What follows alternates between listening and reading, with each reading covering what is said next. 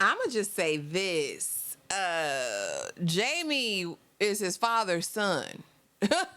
Jamie is his father's son because Brian, he's the prototype, you guys. If you are new here, my name is Ashley. This is My Sweet Perspective, where I give my take on all things TV and movie related. And y'all know I'm here to put you on back to talk Outlander, Blood of My Blood, episodes 1 and 2, Providence and Sealed with a Kiss, respectively. Well, I've done a live discussion already on this, but I did want to come and do an upload because I think this one will definitely be worth a weekly upload, you guys. So let's get right into it. Let's get into it, you guys. I was so pleasantly surprised by these first 2 episodes. Really played like a movie. And if I can be honest with you, I've watched the first season of OG Outlander.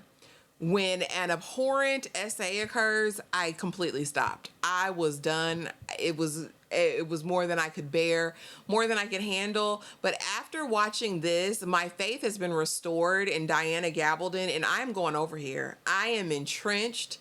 And I am I'm girding my loins as we move forward. But again, after watching these first 2 episodes, you guys, this is really great storytelling. This is really great character development. Y'all know I love a fantasy period piece. And what I think most concerned about is I was like, how do we do this again? Right? Because we know it's a time travel love story, ultimately, the OG Outlander.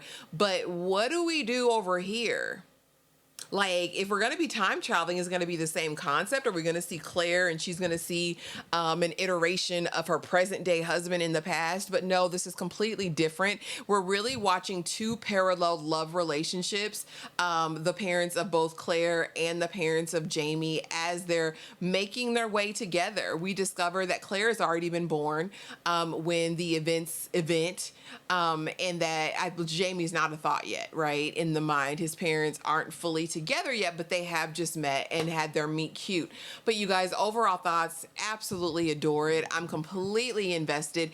One of the things I really enjoy about Diana Gabaldon, even though, like I said, I quit very early in season 1 of the OG Outlander, I feel like she writes beautiful women characters. I feel like they are strong. I feel like they're brazen. I feel like they always have a point of view, and they're not just damsels, right? And I think we see diversity with our heroines, but for the most part, they're very thoughtful characters, even the villains. So I'm really, really excited about all of this. We're going to go kind of character by character, at least the ones that stood out in these first 2 episodes. And then, of course, we will get into what happened in these first 2 episodes. But let's start with Ellen MacKenzie. This is the daughter of the Laird, the late Red Jacob, right? And she is everything he wanted in a son. Although he has 2 sons, Colum and Dougal, she's the one with his brains, with his grit, with his drive, and the sons are not so much. I enjoy her character. Again, you do want to think brave. You think Merida when you see her. But she's fun. Again, they're saying she has all these smarts and all of this prowess. We haven't gotten a chance to see that quite yet in the first 2 episodes. Like, she's kind of moving like a lost schoolgirl presently, but I'm very excited to see who she really is, right? Because of course the first episode we see her in grief, and then the second one we see her falling with who we believe is going to be the love of her life, and kind of in awe of that. But how she's going to maneuver the power dynamic with her brothers and the loss of her dad, I think will make for very, very interesting TV.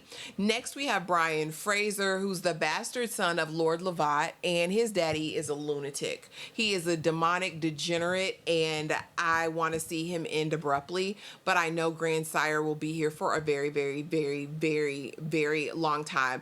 I love it when we can have a duplicitous and psycho parent and then a very well-adjusted child, because Brian seems to have a heart of integrity and kindness and gentleness, all of the things.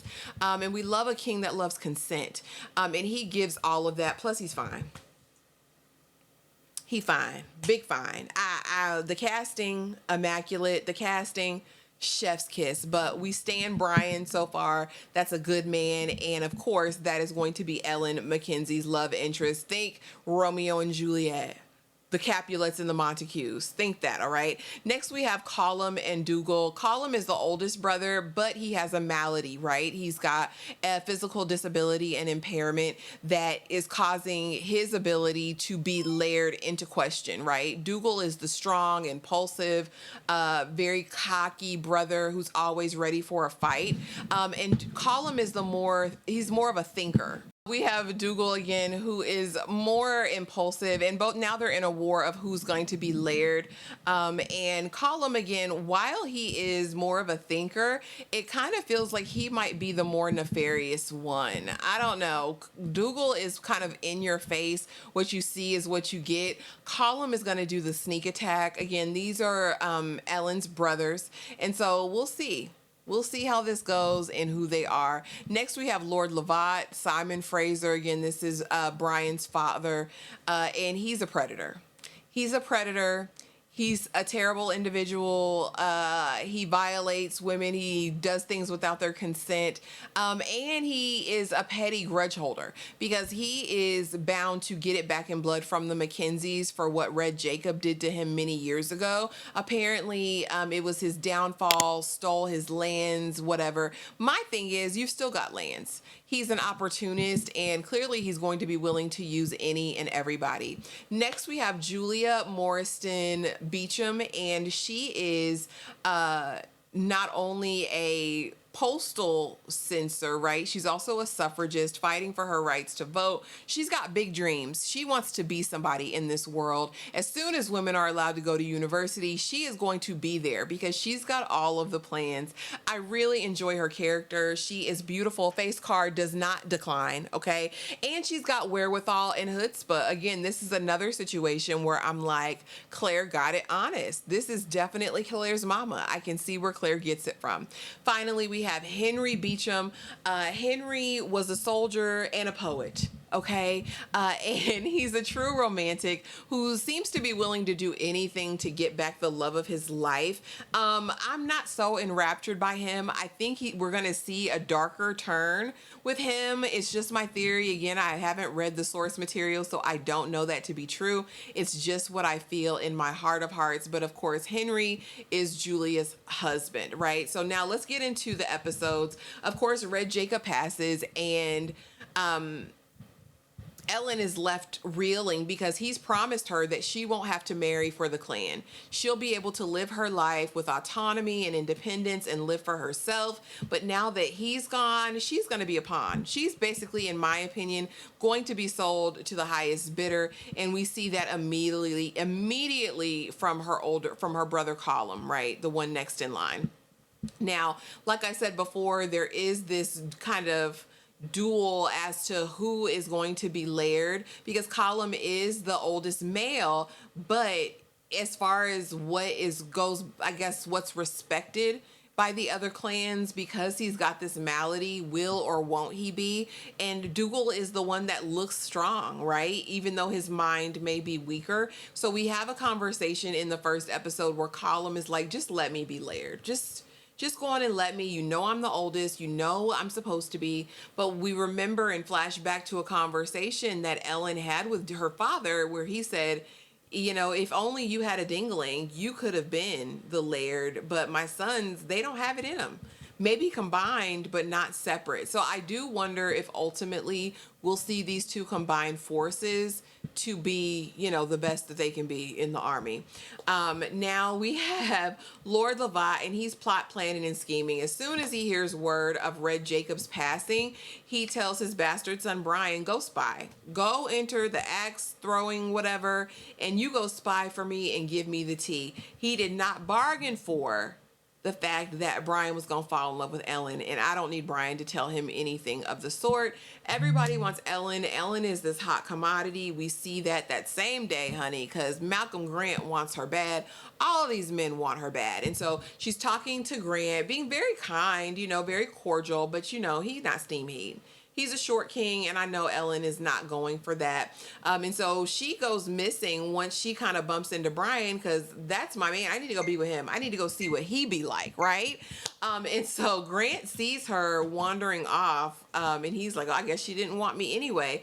But the brothers are now like, where's my sister? The last person she was seen with was Malcolm Grant, and Dougal is a dog with a bone, right? And Colum knows that. Colum, I feel like, is just aware of who his brother is and is going to play on every opportunity he gets.